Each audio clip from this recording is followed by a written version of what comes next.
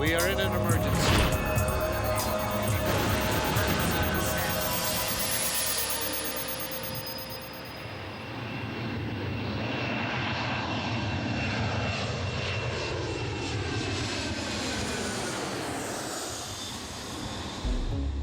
Modern airliners are among the most complex and reliable machines in common use.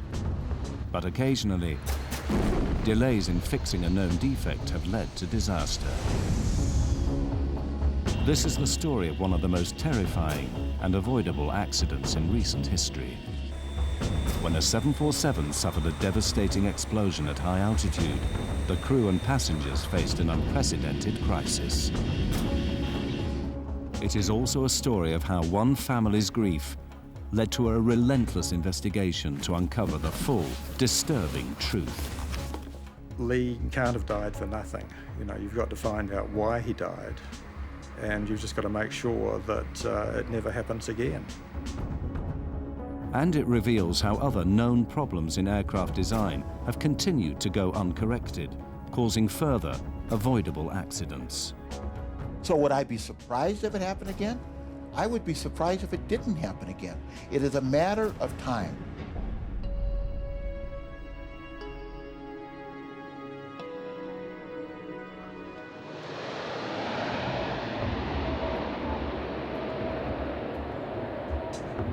One of the most shocking cases of a known design flaw being ignored for years would finally take its toll on a United Airlines 747 bound from Honolulu to Auckland, New Zealand.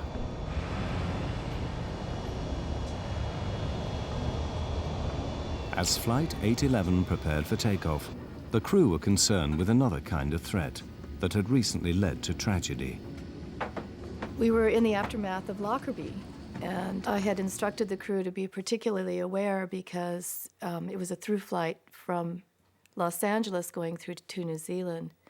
So in my pre-flight briefing, I had asked them to make sure that they checked any baggage that looked suspicious or anything because we wanted to be extra cautious. Flight 811 was heavily loaded, 337 passengers, packed cargo holds, and a full fuel load. The doors closed on time, and the plane left the gate just before 2 o'clock in the morning for a routine 8-hour flight. Well, we were going to New Zealand on vacation, someplace that we had really thought was interesting, and somebody had told us how beautiful it was, so this was kind of a dream come true. I was seated in what's called the upper deck. I hadn't had a vacation in 5 years, and I took all my Mileage Plus points from United Airlines, and I purchased a business class ticket to Auckland, New Zealand, and Sydney, Australia.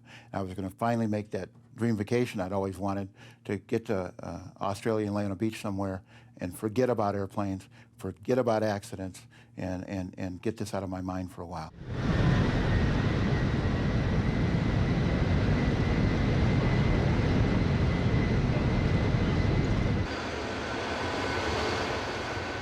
On the flight deck, Captain Dave Cronin was hugely experienced, just 2 months short of retirement. Rotate.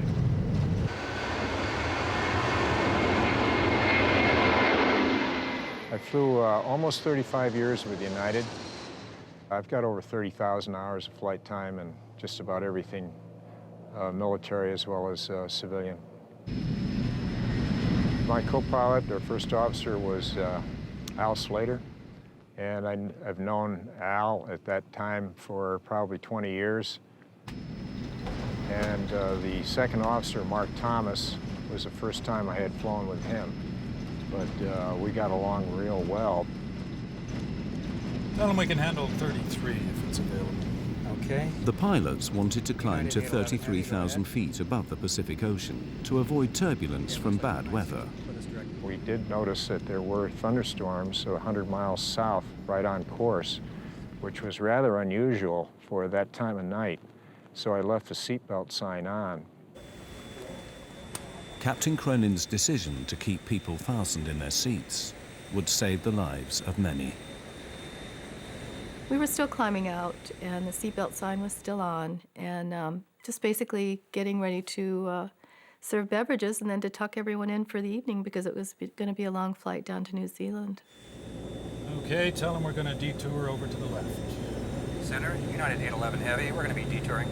Some weather here, it'll be to the left, of course. 100 miles from Honolulu, as Flight 811 climbed through 23,000 feet, a critical malfunction was about to occur. There was now a huge air pressure difference between the inside and outside of the aircraft. Suddenly, passengers sitting just above and behind the cargo door heard a noise. Then there was kind of a grinding noise.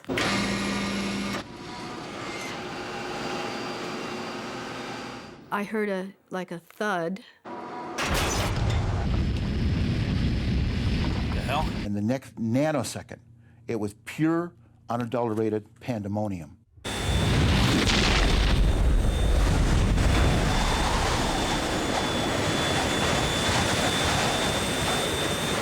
We lost number 3. Going down.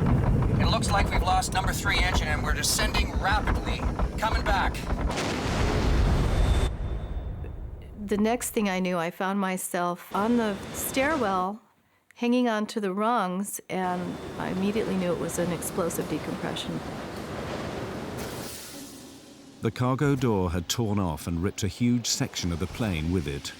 The pressurized air inside blasted out with explosive force. I immediately thought of Lockerbie. We actually thought it was a bomb that went off. It was hell on earth. Everything on the airplane that wasn't fastened down, tied down, or secured became airborne. The noise was incredible. Everything in front of us was gone. Where we were sitting, we were about 6 inches from the hole, so there was nothing in front of us or to the side of us. The whole side of the plane was gone. Actually, our feet were dangling on the hole, and I first thought we weren't going to make it. You know, I just didn't think there was any hope. With the pressurized air blown out, the lack of oxygen at 23,000 feet was now suffocating the passengers and crew. It felt like someone had kicked me in the stomach, knocked the wind out of me. And I remember trying to catch my breath and couldn't. You were supposed to grab those oxygen masks and put them on, except the oxygen masks in that cabin, they were ripped out of the ceiling and they weren't there. And I remember thinking to myself, this is what it feels like to suffocate. United 811 Heavy, we're doing an emergency descent. The pilots could tell from their instruments that the number 3 engine was failing, but they couldn't tell the full extent of the damage. Their priority was to get the plane down to a level where they could breathe normally. Put your mask on, Dave. But the pilots didn't know that the explosion had destroyed the entire oxygen supply. Can't get any oxygen. We're not getting any oxygen. You getting any? I can't get any either. With the plane heading steeply down and no word from the cockpit, the cabin crew feared the worst. I remember thinking that the cockpit, which is up in the upper deck, had probably blown off the airplane too, because as far up as we could see, there was nothing there. Now we're doing this nosedive. My next thought was, oh my God, we're just going straight down. We're going to crash into the sea. With its airframe ruptured, severe damage to the right wing and engines, and the crew forcing it down in an emergency descent, the problems on Flight 811 had only just begun.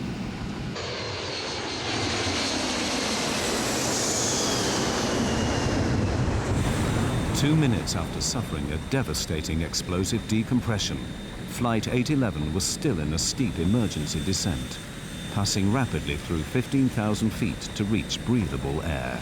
United 811 Heavy, say your altitude now. Leaving 15. United 811 Heavy, we're out of 15.5. United 11, roger. I think we blew a door or something. Tell a flight attendant to get prepared for an evacuation. The crew finally began to level out at a safer altitude, but they now faced a barrage of problems. The most immediate was the disintegration of the number 3 engine, nearest to the explosion. We don't have any fire indications? I don't have anything. Okay, we lost number 3. Let's shut it down. There's no M1. Yeah, okay. Ready for number 3 shutdown checklist. Number 3, before you shut down number 3, the generator went off. Looks all right to try it now.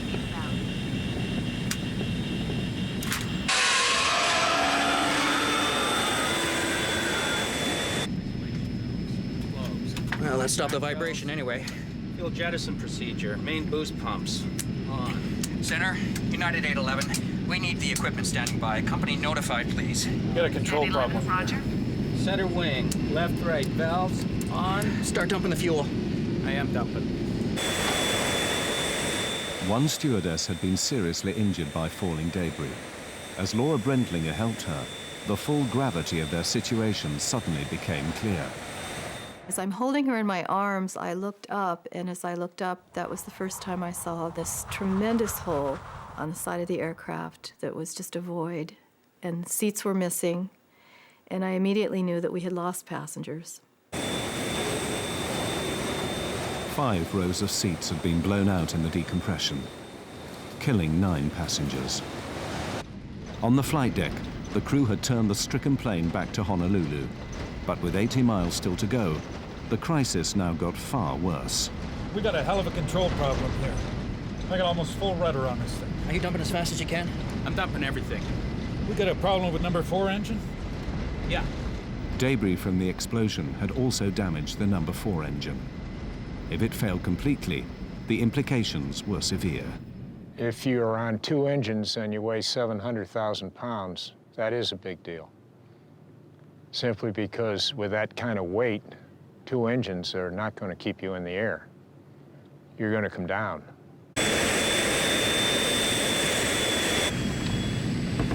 Can you maintain 240? Yeah, just barely. We're losing altitude. Know it. Center, United 811 Heavy. Do you have a fix on us? Affirmative, sir. I have you on radar. Okay, we've lost engine number 3, and we don't have full power on engine number 4. We can't hold altitude right now. We're dumping fuel, so... United 811 Heavy, roger. I show you 60 miles south of Honolulu at this time. Roger. I haven't talked to anybody yet. I can't get to them. You want me to go downstairs and take a look? Yeah, let's see what's happening down there. I think we lost a compressor, but... Can't hold altitude. Yeah, I told him that we're Put gonna... some max on there. I got takeoff power on this thing. Whatever you need, Captain. Although the number 4 engine was failing, the pilots pushed it, along with the remaining engines, to full power, a setting they should not be run at for more than 4 minutes. But the nearest land was 15 minutes away. I look out the window on the right-hand side, and I see flames, big flames. And I know what flames in an engine means. It's not good. The pilots were unaware that the number 4 engine was now on fire. You got 250 knots now, that's good. 7,000... Yeah, we're getting more rumble. Watch your heading, watch your heading. You want to go direct Honolulu. Okay, I'm going to go downstairs and see what the hell is going on. Yeah. Go ahead and run down and see what's happening. I saw the flight engineer descend down the stairwell.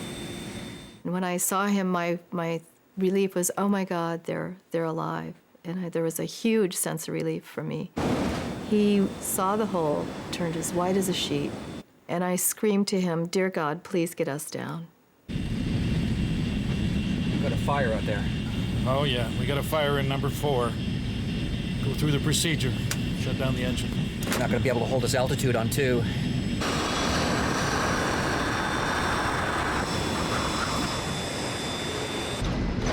We got a fire on the right side.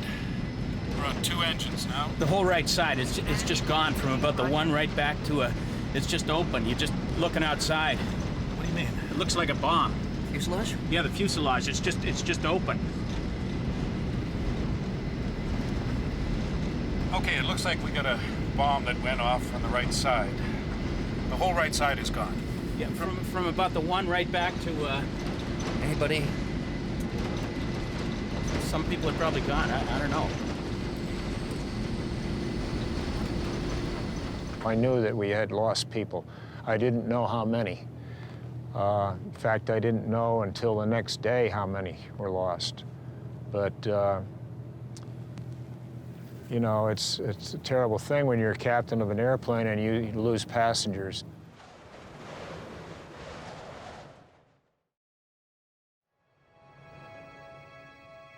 Lee Campbell, flying home to New Zealand, was sitting in row 10, just in front of the cargo door. I woke up with such a start because I'd seen Lee standing by the bed, just with a grey jacket over his arm and a small smile on his face. And of course, as I woke up, it faded, wasn't there. And then we woke up in the morning, we discussed this. I said, oh, you know, that was strange in the night, but it was such a vivid dream. Lee was standing there. And then the radio came on, and the first item of news is that there'd been a problem with the United aircraft. And I said, that was Lee, that's Lee's. And my blood just ran cold. I knew he was dead from that moment.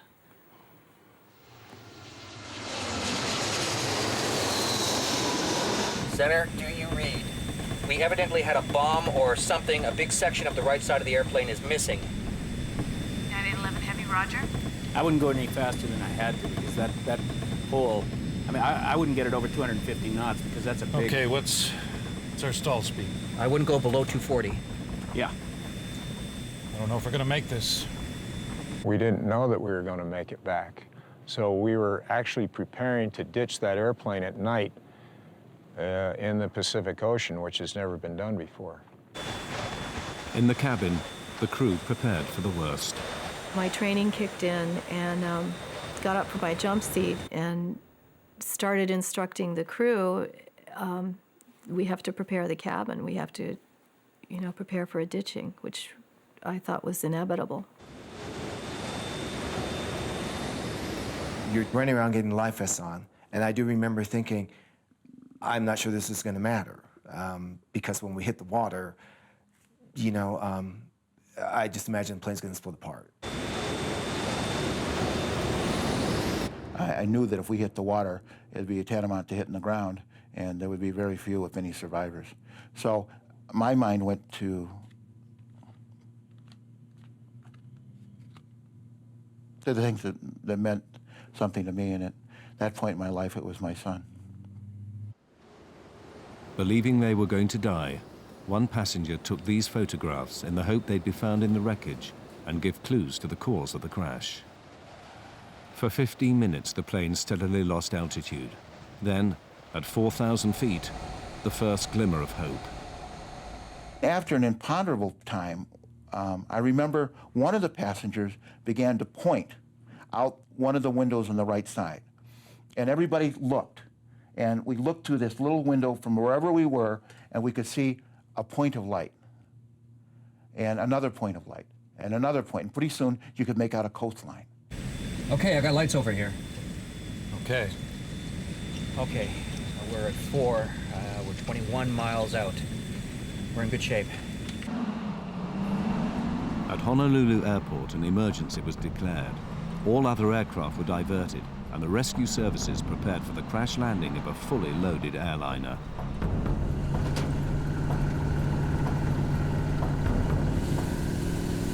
Hey, you want to give me some speeds? Yeah, 150 is going to be your 2-engine. Use a 160. I need souls on board if you have it. Okay, souls on board. 160 is the minimum. Stand by, United 811 Heavy. I don't know how many's on board. 200 and, I don't have the paperwork in front of me here. We're too busy right now. 200 and something. Okay. 6 minutes from the airport, the crew now had to slow the overweight plane for landing. But the effect of this was unknown. What's going to happen when I start coming out with flaps and landing gear? We're either going to land on the airport, in the water, or downtown Honolulu. Okay, we'll try 10. Okay, inboards are coming to 10. How do the controls feel? All right, so far. But the flaps were damaged and could not fully extend. This meant that Flight 811 would have to land dangerously fast. You have 811 Heavy. Do you have the airport in sight? It's over here to the right, Captain. Okay. Okay, we have the airport. United 811 Heavy. 811 is clear to land 8 left. Equipment standing by. Wind 05012. Clear to land. 8 left, United 811 Heavy. As the unstable 747 lined up for landing, the pilots knew they would only have one attempt. But even if they got it on the runway, the nagging question remained. Would the stress of impact cause the damaged and overweight aircraft to disintegrate?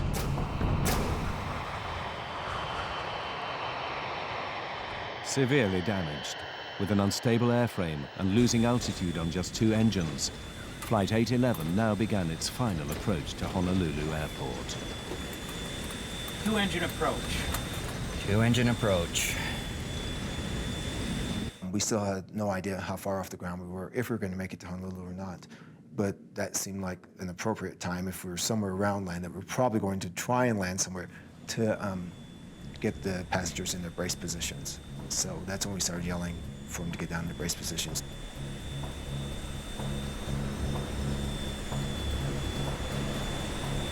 Every molecule in my body combined to express, get this damn airplane on the ground.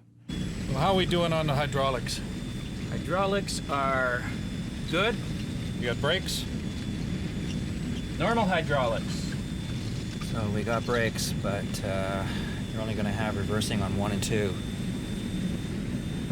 Though I thought maybe there was a chance that we were going to actually be able to attempt to land, the thought came to my mind, what happens now? Do we, on impact, do we explode? Do we fall out this huge hole?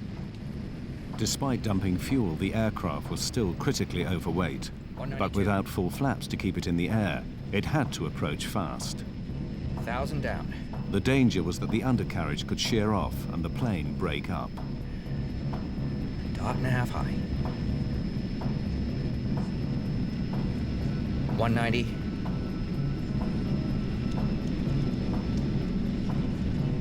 185. A little slow, Dave. It's below what we want.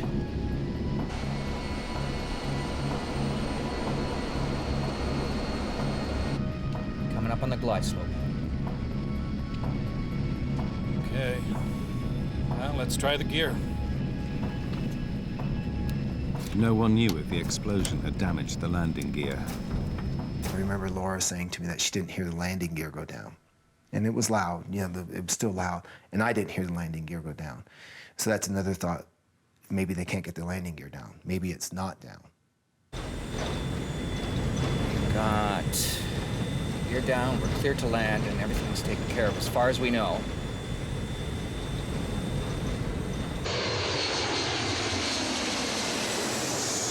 $200. 195. Half a dot high. Looking good. 192. 195. Coming off on the power. 100 feet.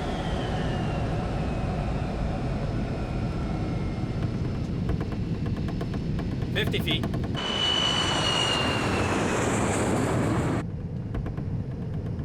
Center the trim. 30. 10. 0. We're on.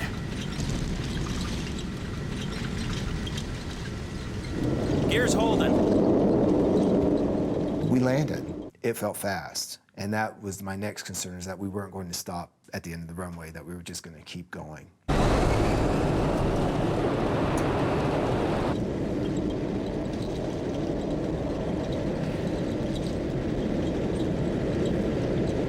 then all of a sudden we were slowing down, and I said, oh my God, we've landed, we're on ground, and the people started applauding.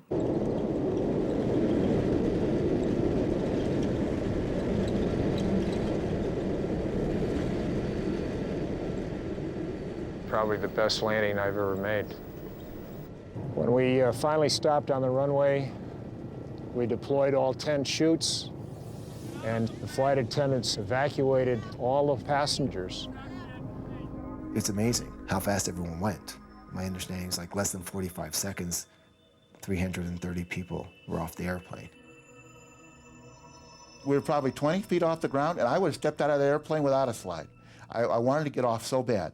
Fortunately, there was a slide. I stepped into the abyss, fell into the slide, whooshed down to the bottom of the thing, and then you hit feet running. The slide kind of kicked me up and flew me up into the air, and my thought was, oh my God, I'm going to survive this whole thing, and I'm going to get wiped out here on the evacuation, because it just really threw me. And I landed and scraped up my legs pretty badly and landed on my feet, and it wasn't until that moment that I had the sense of, I'm here, I'm okay, I'm on the ground. When we got all our switches off, I ran through the airplane, made sure there was no one else on the airplane, came up to the door one left, and went down the slide, and I came around the front, and I saw that humongous hole in the side, and I just couldn't believe it.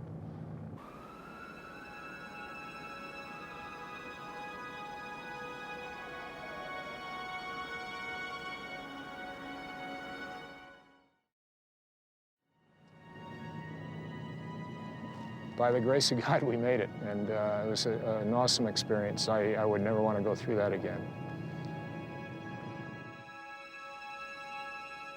It was crazy, it was wild, it was scary, all at the same time.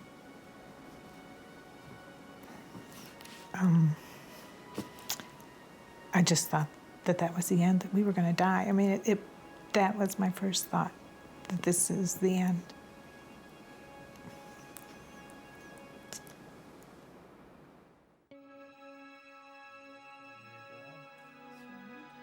But for the families of the 9 people who were killed, the ordeal was only beginning. Kevin and Susan Campbell's son Lee had been flying home. About 3 o'clock in the afternoon, I think they said that there was no New Zealanders involved, but we just knew that it was Lee. And then about, I suppose, a quarter of an hour later, we got a phone call from Chicago, and they just said that they regret to inform us that our son was missing, presumed dead. And I guess about another hour after that, a policeman arrived at the door, and he took one look at us and he says, I can see that you've had the news. So it was just an awful, awful day. And it certainly didn't get much better for a long, long time.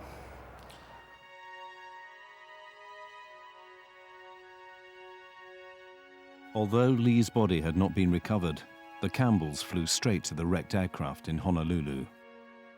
Your initial feeling is that you want to be as close to the spot where your relative died, and that was the aircraft. So we had to immediately go in and see the aircraft. The damage inside was horrific, just a total mess. And the hole in the side of the aircraft was much bigger than I had thought it would be, even though we had seen television newsreel reports. And it was so sad to get in and actually see where Lee's seat had been. The legs of the seat were still there. There was a good bit of fuselage beside him and still a window. But the Campbells' desire to find the cause of Lee's death inevitably brought them face to face with dreadful details. They took us to the medical examiner's office as well, because they had found body parts and that sort of thing. So they didn't actually show us the body parts, but they showed us bits and pieces that they had recovered from the engines, and we got the medical examiner's report, on what they had recovered. So, you know, we really would have preferred that it was Lee that went through the engine, because it would have been an immediate death, whereas it was a 4-minute fall down to the ocean, and we know that the people could have been alive as they were falling. And when you think about that, that's just horrific. As it became clear that their son's body would never be found, the Campbells' need to find the cause of the accident that killed him grew stronger. Lee can't have died for nothing. You know, you've got to find out why he died, and you've just got to make sure that it never happens again. The Campbells embarked on a relentless personal investigation that would last nearly 2 years. The loss of their son meant they would stop at nothing to uncover the truth.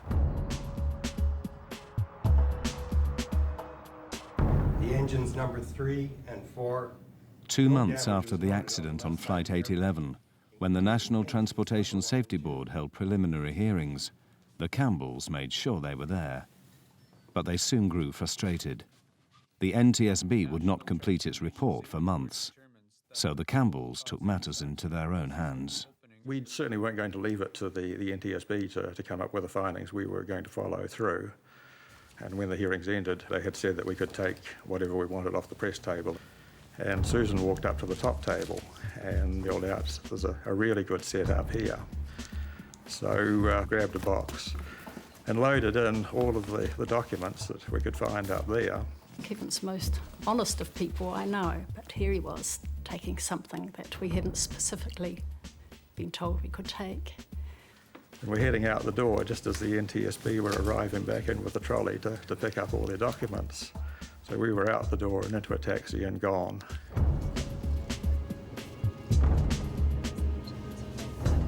So we quickly realised we'd got a really good set of papers with a lot of things that hadn't been released to the public. We were able to really start our investigation in earnest at that stage. The unpublished documents revealed a disturbing catalogue of problems with the forward cargo door, going right back to its original design. Instead of a plug door that gets jammed into its frame as the aircraft pressurizes, Boeing opted for an outward opening door. This allowed for more cargo space, but was not fail-safe like the plug design.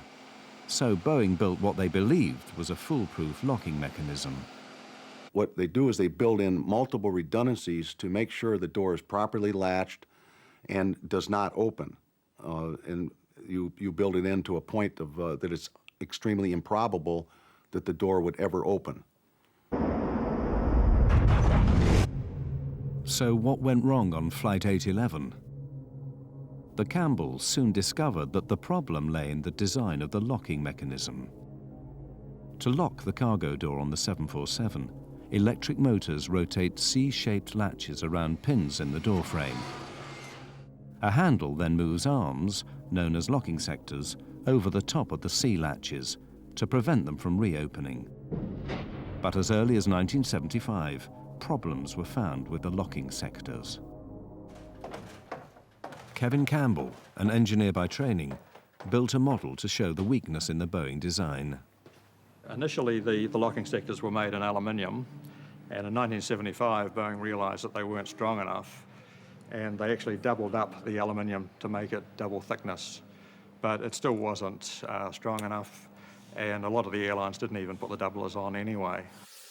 The weakness of the aluminium drastically increased the risk of the door accidentally opening.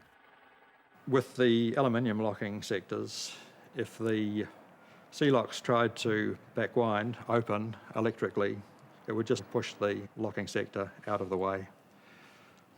It just simply wasn't up to the job that it was designed for. For 20 years, 747s have been flying with this crucial weakness.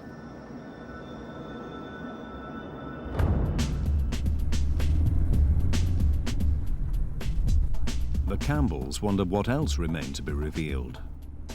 They redoubled their efforts to uncover the full truth behind the accident that had killed their son. We bought a car and set off in the United States to see as many people who were involved with the accident as possible. We started at Seattle, down to Denver, across to Chicago, through to Washington, D.C., down to Kentucky, on to Miami, then back across to San Diego, back up through San Francisco, back to Seattle. And that was just one trip. The Campbells soon found that a shockingly similar incident to Flight 811 had given clear warnings of the dangers in the cargo door.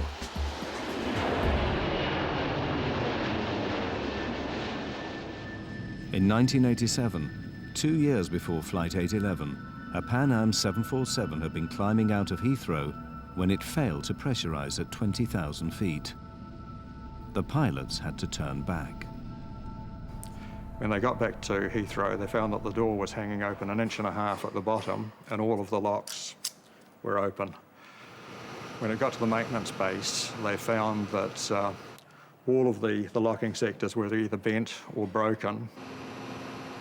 Why had the sea latches turned and bent back the locking sectors? Boeing claimed that the ground crew must have mishandled the mechanism. The door had been closed manually, and what they said happened was that the guy wound the sea locks closed, 98 turns of a speed wrench. He closed the outer handle and then wound it open again. And to be in the position that they were found in when the aircraft got back, he would have had to wind them open 98 turns. And this is just absolutely ridiculous. But the Campbells' investigation uncovered another vital clue to why the sea latches had turned. A report by Pan Am engineers highlighted problems with the door's electrical system. It had a fault in the S2 master latch lock switch that should have turned off the power to the door when the outer handle was closed. This was an alarming finding. When the outer handle was closed, the S2 master lock switch was meant to disconnect the power supply and stop the sea latch motors from turning. So could this have failed, allowing the motors to open the door? To find out, Boeing asked the airlines to do a simple test. Close the outer handle, then press the switch to open the door, and see what happens. When they hit the switch, it actually worked. The Boeing thought, this is not going to work, but it actually worked. There was power to the door locks with the outer handle closed, and the lock started to move, and it started to force the locking sectors out of the way. And a few days later, the airline started ringing in and saying it was damaging their planes. So Boeing stopped the test. But it meant that on those aircraft, the S2 switch had failed, which is a silent failure. And all of those aircraft were likely to have the same problem as 811. They were just waiting for a short circuit to open the doors. The Campbells now became convinced that the accident on Flight 811 began with a failure of the S2 switch. Power remained on to the sea latch motors. All it took was a short circuit in the 20-year-old wiring, which had been found to be frayed on other aircraft, to start the motors up. The aluminium locking sectors were too weak to stop the latches turning, and the cargo door burst open.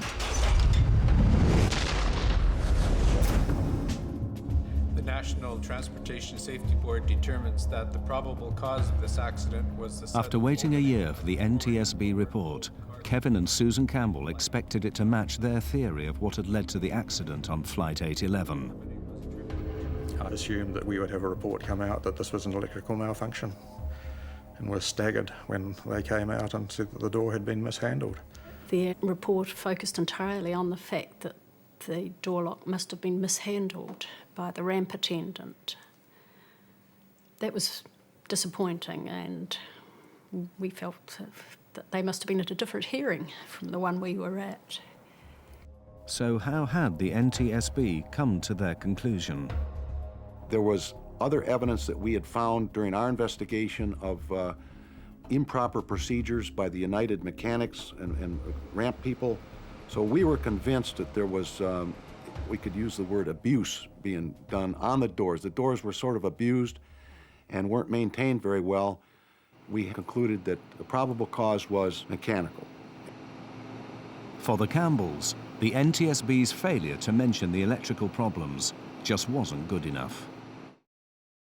What they said happened was the door was closed, the locks didn't fully close, they're just partially closed, just hanging on the pins, and then they close the outer handle. But it just simply can't happen because that part of the locking sector is still intact. Just simply can't happen.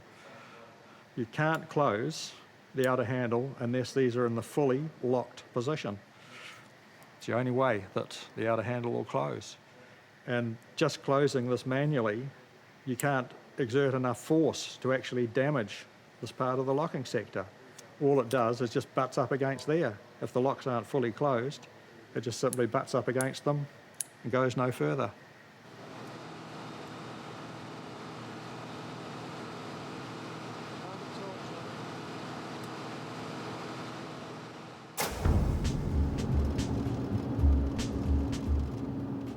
They went back to investigating the accident on Flight 811 and soon found disturbing evidence of how it could and should have been prevented. After the Pan Am incident in 1987, it turned out that Boeing had issued a directive to the airlines on how to correct the weak aluminium locking sectors. The airworthiness directive that came out was to replace the aluminum sectors with steel sectors that could not be bent. And there were some additionally some interim requirements for inspections to be performed until what they call terminating action, the steel sectors were installed. The fix was cheap and simple, but getting it done was not. The actual cost of the modification, changing these locking sectors to steel, was $2,000 per aircraft. But it took 10 hours to do it, and that's where the money was. Taking the aircraft out of service for 10 hours, that's millions of dollars. The Campbells found that back in 1987, the Federal Aviation Administration, who were meant to enforce improvements, had given the airlines 18 months to comply with the modification. Within a year, Lee Campbell and 8 others would die in an avoidable accident. So why weren't the airlines forced to fix the problem sooner? If these airplanes, these large commercial airplanes, are grounded, it's an economic disaster. So what they do is they lobby in the regulatory agency in the United States, it's the FAA, to allow them to do the fixes over time when the airplanes are in for normal maintenance. And that way, they're not taken out of service. But when they do that, when they allow the airlines, the air carriers, and the manufacturers to fix these over time, in essence, what the FAA is doing is they're gambling with the lives of the passengers and the crew that are flying the airplanes during the time they're not fixed. After the deaths on Flight 811, the FAA instantly shortened the deadline for fixing the cargo door from 18 months to just 30 days.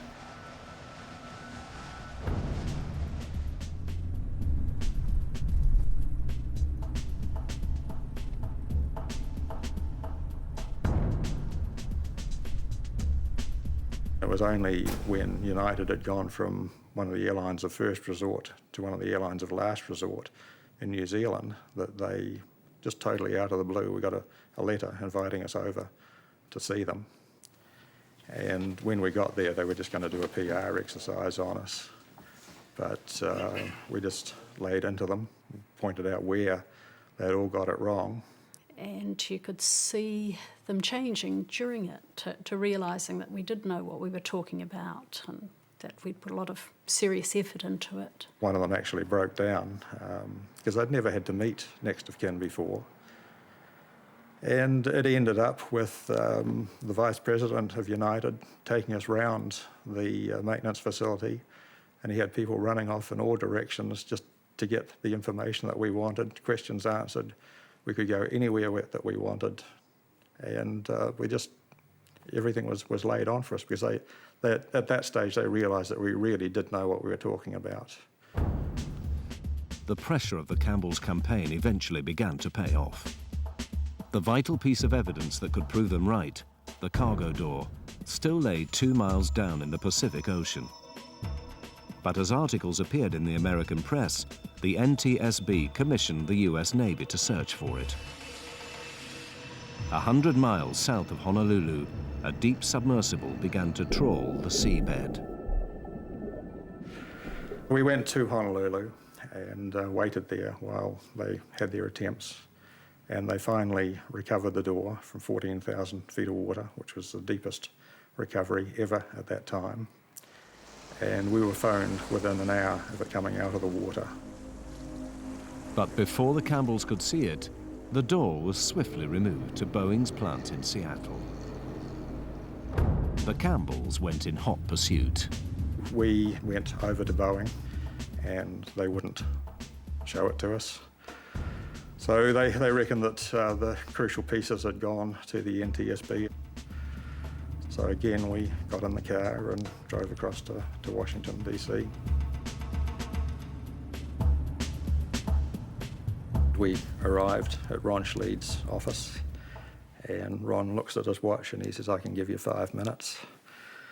So about 3 hours later, we had the pieces that they recovered in our hand, and they acknowledged that we were definitely correct. It was an electrical malfunction, and that they said they would fix the planes, they would make sure it never happens again, but just don't hold your breath that the report will ever be changed. Even with the evidence of an electrical malfunction in their hands, the NTSB refused to change their report. Then, in June 1991, fate intervened. A 4-year-old United 747 was sitting on the apron in New York when the sea latch motors started up and the door opened itself. There was no way that they could hide it any longer. They simply couldn't deny that it was an electrical malfunction that was covering it. After recovery of the door was that in fact the actual... Finally, the NTSB publicly issued a revised report that concurred with the Campbells' version. There was an inadvertent failure of either the switch or the wiring that caused an uncommanded opening of the door. It's nice that other people know that you're right and had been all along, and that the support that they had given you was vindicated. The Campbells spent thousands of dollars of their own money on their campaign. They were never interested in a financial settlement for Lee's death, but they did persuade United and Boeing to set up a university scholarship in his name. I couldn't have lived with myself if we had done no investigating ourselves. It was just something we both felt we needed to do. We didn't even discuss it. We just knew that's what we would do. Yeah. But despite long and public campaigns like that of the Campbells, critics fear that the airline industry has not learnt the lessons from Flight 811. The regulatory agencies, they have a dual charge. One is to encourage aviation, and another is aviation safety. And when they get in a position where you have economics up against air safety, they tend to err on the side of economics rather than safety. Serious accidents caused by known defects have continued to occur. In the 1990s, known problems with icing on aircraft wings caused a series of crashes. At least 3 planes have had fatal fires due to known dangers from flammable insulation material. And in 1996, a fully laden 747 blew itself up when known faults in the wiring are thought to have ignited flammable vapors in the fuel tanks. Inevitably, experts are skeptical about the aviation industry's record of balancing profit against prevention. We've seen the wiring problem both in United 811, which was eventually turned out to be the cause of that accident, and also in TWA 800, where we had an explosion in the centerline fuel tank. The industry answer to 20 and 30-year-old wiring, and when the wiring can fray, break, crack, cause a short, which can either ignite fuel, like in TWA 800, or open a cargo door, like in United 11, and what the industry says, don't touch it. Don't go in there. Don't inspect it. Don't try to fix it. Don't try to remove it, because it's so brittle that if you go in there to try to fix it, you're going to do more damage than you're going to do good. And that's what I call the ostrich approach to maintenance and safety. You know, we've decided that you can have a spark of ignition in the centerline fuel tank of a large air carrier. But so far we've been lucky. We've only had one every 10 years. We've only blown up 3 or 4 airplanes. You know, to go in and replace this wiring would ground all these airplanes, would be astronomically expensive. You know, one airplane every 10 years, one airplane every 5 years, 200, 300 people, cost of doing business. Cost of doing business. And that's a great economic analysis, and unless your mother or your child is on board one of these airplanes that happens to pay the price for their economic satisfaction.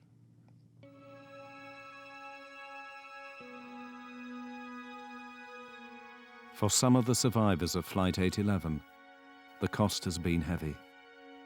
Each crew member handled it differently. I know there are still 2 crew members that have never set foot on an aircraft again. It was very difficult for me. I was diagnosed with severe post-traumatic stress disorder. You can't reason, you can't think. Making the slightest decision is very difficult. You're just at a total loss. So it was very difficult to cope with.